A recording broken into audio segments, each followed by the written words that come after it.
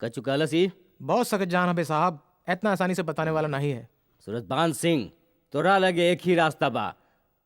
सरकारी गवाह बनी जा, अर्जुन डकैत और आपन साथियन के ठिकाना बता द।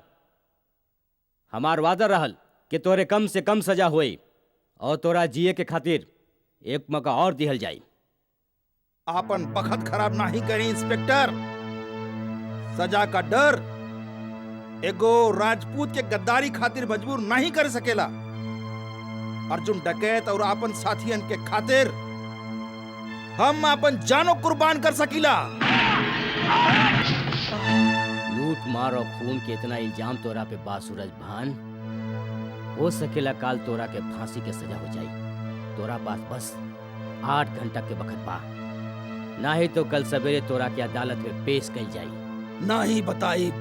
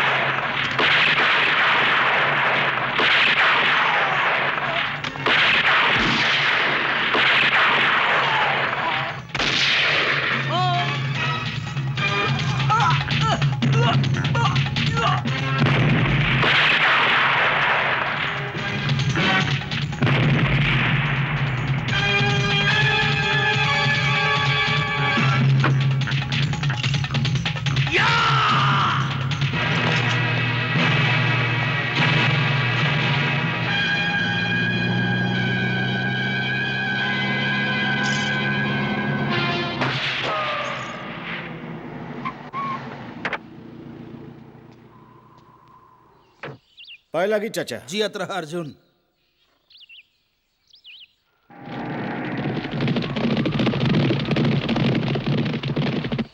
हमार जिंदगी बचावे खातिर तू आपन जिंदगी दांव पे लगाई देला। ई दुनिया में हर मनई के आपन जिंदगी प्यारा होवेला।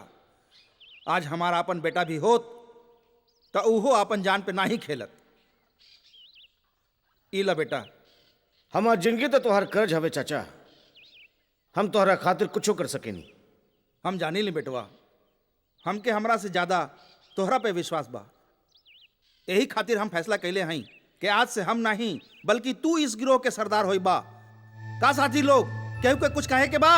हम सबन के सरदार के फैसला मंजूर है। काहे भाइयों? सरदार अर्जुन पुजारी जी के जय। सरदार अर्जुन पुजारी जी के जय। सरदार अर्जुन पुजारी जी के जय। सरदार अर्जुन पुजारी जी के जय। आज हम सबनी के खातिर बहुत खुशी के दिन है। आज हमार दोस्त, हमार जिगर अर्जुन के रउआ ई गिरोह के सरदार बना दीनी। वाह जंगी खान, आज हम सबे खातिर वाकई दुगनी खुशी के दिन बा। एगो सूरजभान बाबूजी के आजादी के और दूसर अर्जुन पुजारी के सरदार बने के। अर्जुन डकैत के साथ लड़ाई में हम पहले कई गो अफसर खो चुकल हई। आपन सरदार के छुड़ावे खातिर ओकर उ हमला पूरा डिपार्टमेंट के मुंह पे तमाचा हुए। ई केस के लेके मीडिया पुलिस डिपार्टमेंट पर कितना कीचड़ उछाल रहल बा, ई रउआ सबे लोगन निमने से जानत हई। अर्जुन डकैत अब हमरा खातिर बहुत बड़ चुनौती बन गई बा। अब वो हम ओकरा के गिरफ्तार ना कैली तो जनता के विश्वास हमरा पर से उठ जाई। सर, अर्जुन डकैत के गिरफ्तार करे के जिम्मेवारी रउआ हमरा के दी। हमार ट्रांसफर चंद्रपुर कराई दी। It's a big challenge officer. का रउआ के विश्वास बा के रउआ लोग अर्जुन डकैत के पकड़े में कामयाब हो जाई? बिल्कुल सर। सर, हम चंद्रपुर जिला के रहे वाला हैं और हमार गांव के आसपास जितना भी पहाड़ी इलाका बा ओकरा के निमन से जाने लिए। यही खातिर हमरा के पूरा विश्वास बा कि हम अर्जुन डकैत के गिरफ्तार करे में जरूर कामयाब हो सकब और अपन डिपार्टमेंट के नाम ऊंचा करब। That's good. अगर तोहरा के इतना विश्वास बा तो काले हम तोहार ट्रांसफर ऑर्डर तैयार करवा के तोहके चंदनपुर भिजवा देते। थैंक यू सर। नहीं, छोड़ दो हमरा के, छोड़ दो हमरा के। नहीं,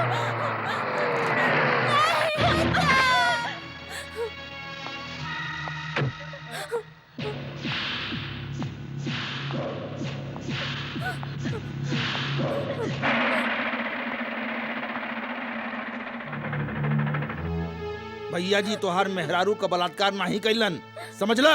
अगर ही बलात्कार करते हैं तो एकरा बदन पे इनकर उंगलियन के निशान जरूर हो, समझला तू? हमें जाने ली है ठाकुर के साला जगमोहन निराला, पूरे जिला में बा हमारा बोलबाला। ठाकुर साहब गलती हो गई, ठाकुर साहब माफ कर दे ठाकुर साहब, हम रउआ के खिलाफ सरकारी थाना में रिपोर्ट लिखवावे नहीं आई ठाकुर साहब, गलती हो गई ठाकुर साहब।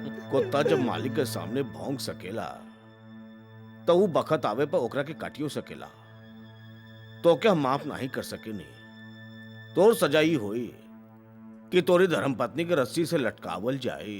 माफ कर दे ठाकुर साहब। तोरे अखियन के सामने वो दम तोड़ी और जब पुलिस आई तू उनसे कहिया कि तोर धर्मपति तोहरे वजह से खुदकुशी कैले से, काहे कि तू ओकरा से धंधा करावत रहला, नहीं तो तोहार उहा हाल होई जौन तोहार धर्मपत्नी को होखी। माफ कर दे ठाकुर साहब, माफ कर दे, माफ कर दे ठाकुर साहब, माफ कर दे।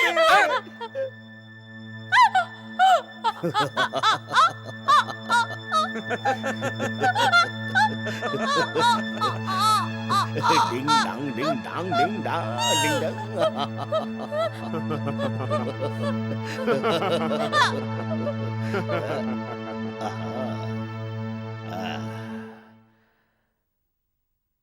गईल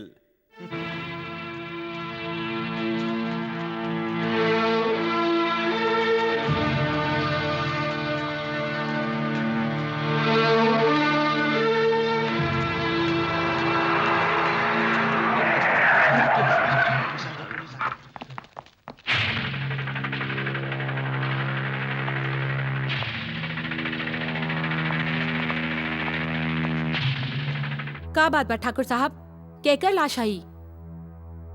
बड़े अफसोस के बाद बा इंस्पेक्टर, हमारे इतना अच्छा गांव लगाता केहू के नजर रख गई। मंगलो बयान दे। ये हमार मेहरारू के लाश है, हम ओकर जान ले ले हई, हम एगो हत्यारा हई, हम एकर प्राण ले ले हई। हमरा के गिरफ्तार कर ले इंस्पेक्टर साहिबा, हमरा के गिरफ्तार कर ले। जान लेवे के कोनो कारण तो होई, बतावा तू अपन मेहरारू के काहे मारला? हम बताओ थे इंस्पेक्टर साहिबा, ये आपन मेहरारू से धंधा करावत रहल। हवलदार जी मैडम। एम्बुलेंस बुला के लाश के पोस्टमार्टम खातिर भेज दा, ओके मैडम। और ई कमीना के थाना ले चला। चल सरकार, मंगलवा अगर पुलिस स्टेशन में सच्चाई बता देलस कि ओकरे मेहरारू का बलात्कार बड़का ठाकुर कैले हवन त मुसीबत आ ही सकेला।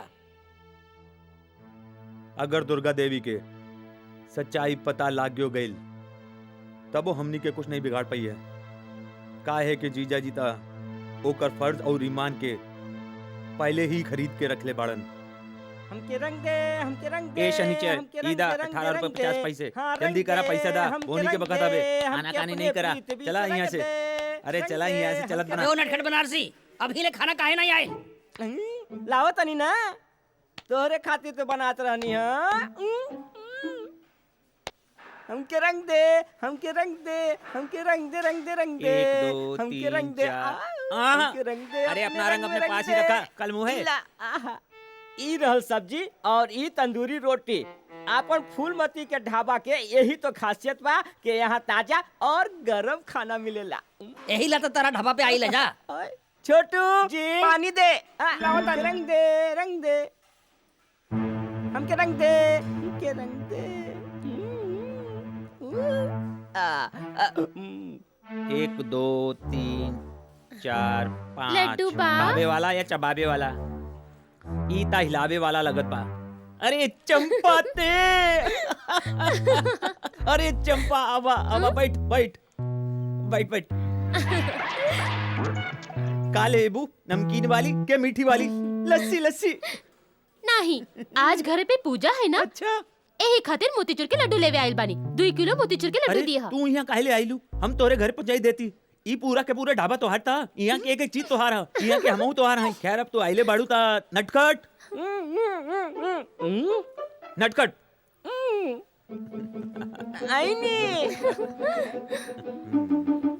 नटखट 2 किलो मोतीचूर के लड्डू पैक कर दा। का भइल? ई ता ऊ बच्चन बा जाने बापू के अकल नहीं मिलल। छोड़ तोहार बापू कहवा हमन। अरे बाबू बाबू तो ठीक बाड़न। आजकल वो हमरा खातिर लड़का खोज रहल बाड़न। बगल में छोरा और शहर में ढिंडोरा। ते उनकरा के बताउलू के नहीं कि तू हमरा से प्यार करेलू। तू हो कमाल कर लो। हम कैसे बाबू के बताई बात? हाँ ई बात तो सही बा। तू कैसे कबू? हम खुदे तोहार बापू से मिलब और बताई के बड़ाऊ हम तोहार प्यारी बिटिया से बहुत प्यार करेली। हाँ।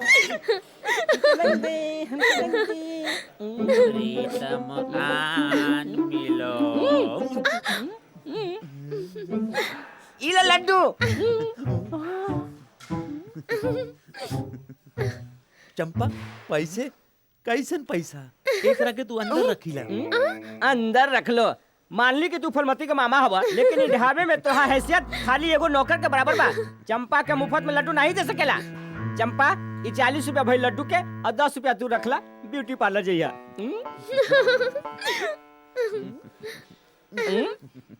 लड्डू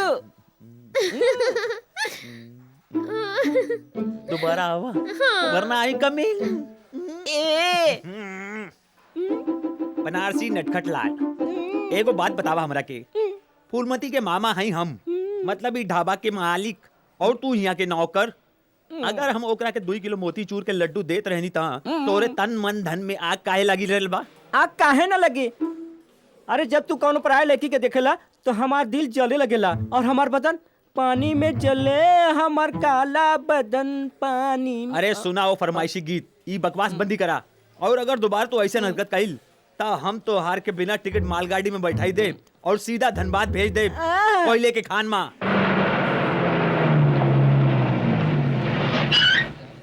अरे पानी वानी कुछ है का नहीं? रोटी लावा भाई। हमके रंग दे, हमके रंग दे, रंग दे, रंग दे, रंग दे। ए चला उठो उठो। चलो उठो उठो। चला उठो। चलो यहाँ से। उठा चलो। अरे नटखट बनारसी जी बाबूजी। 4 गिलास मीठा लस्सी ले आवा जल्दी। अभी लेनी बाबूजी।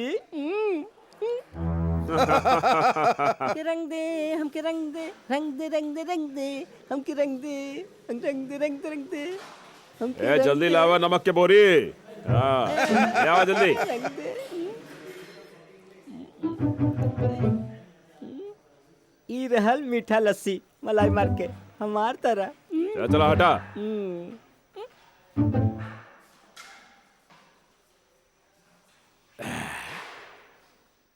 सेठ लस्सी हिसाब में लिख लिया।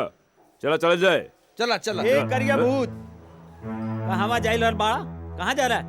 तोहार तो पहले ही 500 रुपए के करज चढ़ गइल बा। समझला? पहले पुराना हिसाब चुकाई दा फिर नवा हिसाब शुरू करा। और वैसे भी फूलमती हमरा के तोरे जैसे लोगन के उधार देवे से मना कइल है। ए किशन लाल ते हमरा से पैसा मंगबे? और केकरा से मांगी? ए गीला कपड़ा जैसे निचोड़ दे। काहे ट्रक ड्राइवरी छोड़ी के धोबी के दुकान खोली रहल बड़ा तू? ए हम तोहार गीदड़ भपकी में नहीं आवे वाला हई। ई लस्सी का पैसा ता तोहरे के चुकाना ही पड़ी। लस्सी के पैसा चाहिए? हाँ बिल्कुल चाहिए।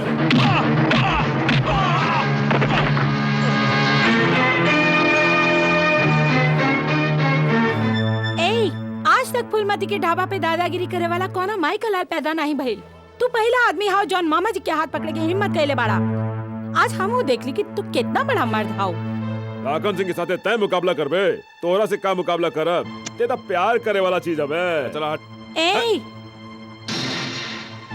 जनाना जब कमर कस के मैदान में उतरे ना लखन सिंह, तब बड़का बड़का पहलवान के नीचे से हवा निकल जाला।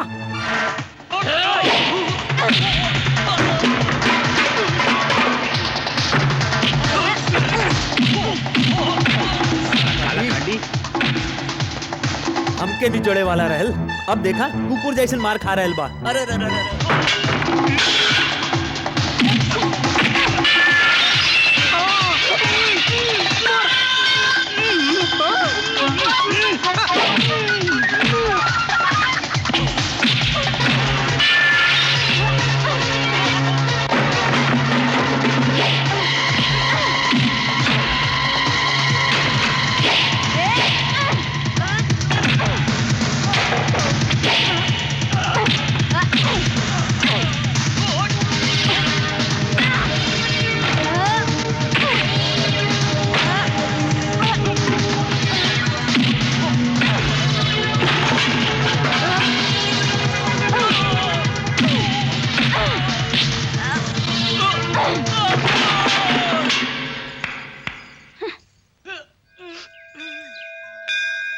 श्री गणेशाय जय गणेशाय। ओम गणपते नमः। श्री महाकाली महालक्ष्मी महासरस्वती दैत्वे नमः। ओम नमः शिवाय। ओम नमः शिवाय।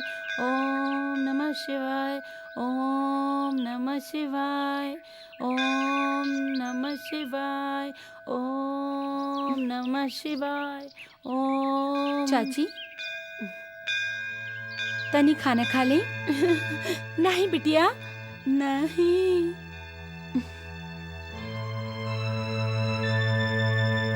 तनी खा ले। नहीं बिटिया हम खाना नहीं खाए। तोहरा पता बा कि हमार बिटिया मर गई बा और हमार पति आत्महत्या कर ले बाड़न। उ दोइने के श्राद्ध करे खातिर बैठल हई। अर्जुन गइल बा पूजा के सामान लेवे। जब ले पूजा नहीं कर ले खाना नहीं खाइब। खाना नहीं खाइब। चाची श्राद्ध आज नहीं है। हम अभी पंडित जी से मिलके आवत हई। वो बतौलन की श्राद्ध काल हुई। चली कुछ खा ले। हमार तो भूखे मर गए। चाची जियत रहे खातिर खाना बहुत जरूरी होवेला। भगवान न करस कल तोरा कुछ हो गई तो अर्जुन तो अकेला पड़ जाए ना। नहीं रहुआ अर्जुन से बहुत प्यार करे लेना चाची। तब ओकरा खातिर तोरा के जिए के पड़ी चाची। खा ले खा ले।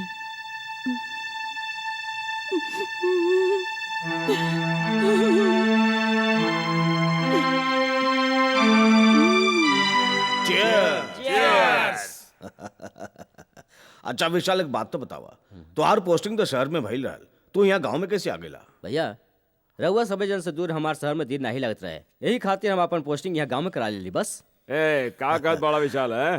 पकड़ लेली वीरेंद्र भैया। सच बात बा कि आईजी साहब अर्जुन डकैत के पकड़े की जिम्मेदारी हमरा के सौंपले बाड़न, यही खातिर हमार तबादला ई गांव में कर दियल गेल बा। ये तो अच्छी बात बा, बहुत अच्छी बात बा, लेकिन हमरे लिए इससे ज्यादा खुशी की बात यह है कि तू यहाँ गांव में आ गईला। इतना बेसाल तू हर जिद रहल कि तू है पुलिस की नौकरी करे के रहल, वरना आज तक हमरे खानदान में हमरे पूरे परिवार में क्यों ना तो सरकारी नौकरी कैले से ना कोनो प्राइवेट काम कैले से। का खबर ले आइला नटखट बनारसी? अर्जुन के बता दिया कि जगावा चौधरी के छोटका भाई विशाल इंस्पेक्टर बन के गाँव आयल बा। उनका से कहिया कि कुछ दिन तक शांत रहे। हमरा के लागत बा कि विशाल चौधरी अर्जुन के गिरफ्तार करे खातिर गाँव आयल बा। हाँ? विशाल चौधरी की तमन्ना ओकरे दिले में रह जाई। अर्जुन सरदार गिरफ्तार करब ओकरे बस में नहीं बा।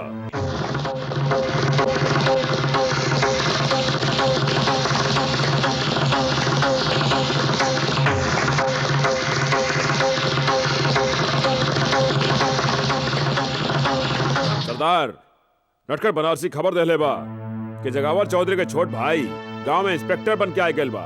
एकर मतलब वो कमीना चिलकौआ ठाकुर के पता लगल बा कि ओकर आखिरी वक्त आ चुकल बा। लेकिन ये खबर हमरा खातिर निमन नहीं बा।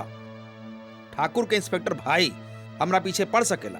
तो चिंता मत करा सूरजभान चाचा, ऐसा थानेदार के इस अर्जुन पुजारी कच्ची सुपारी के जैसन चबा के खाए जाला। रहल जगावर चौधरी के बाद वो अगर अपने चारों ओर लोहन का दीवार भी खड़ा कैले तब वो बच ना सकेलन, काहे के मौत का हमला हर कवच के तोड़ देवेला। जीजा जी राउर फोन है। हेलो, ओ हेलो हेलो गिरधारी जी, नमस्ते नमस्ते। हाँ कैसे नहीं आप? हम तो बिल्कुल ठीक हैं।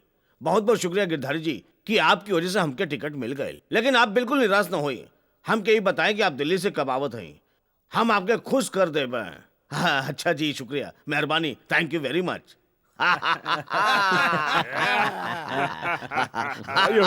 मुबारक हो भाई जी, आज तो बहुत खुशी के दिन हवे। एक तो विशाल ट्रांसफर लेके गांव में आ गई और दूसर रवा के इलेक्शन का टिकट मिल गई। एकदम सही भाई साहब, बहुत बहुत बधाई हो के। अब तक तो हम सब भाई लोग खाली गांव पे राज करत रहे, और जब इलेक्शन जीत के रवा मंत्री बन जाए ना तो हमने के सारा प्रदेश पे राज करब।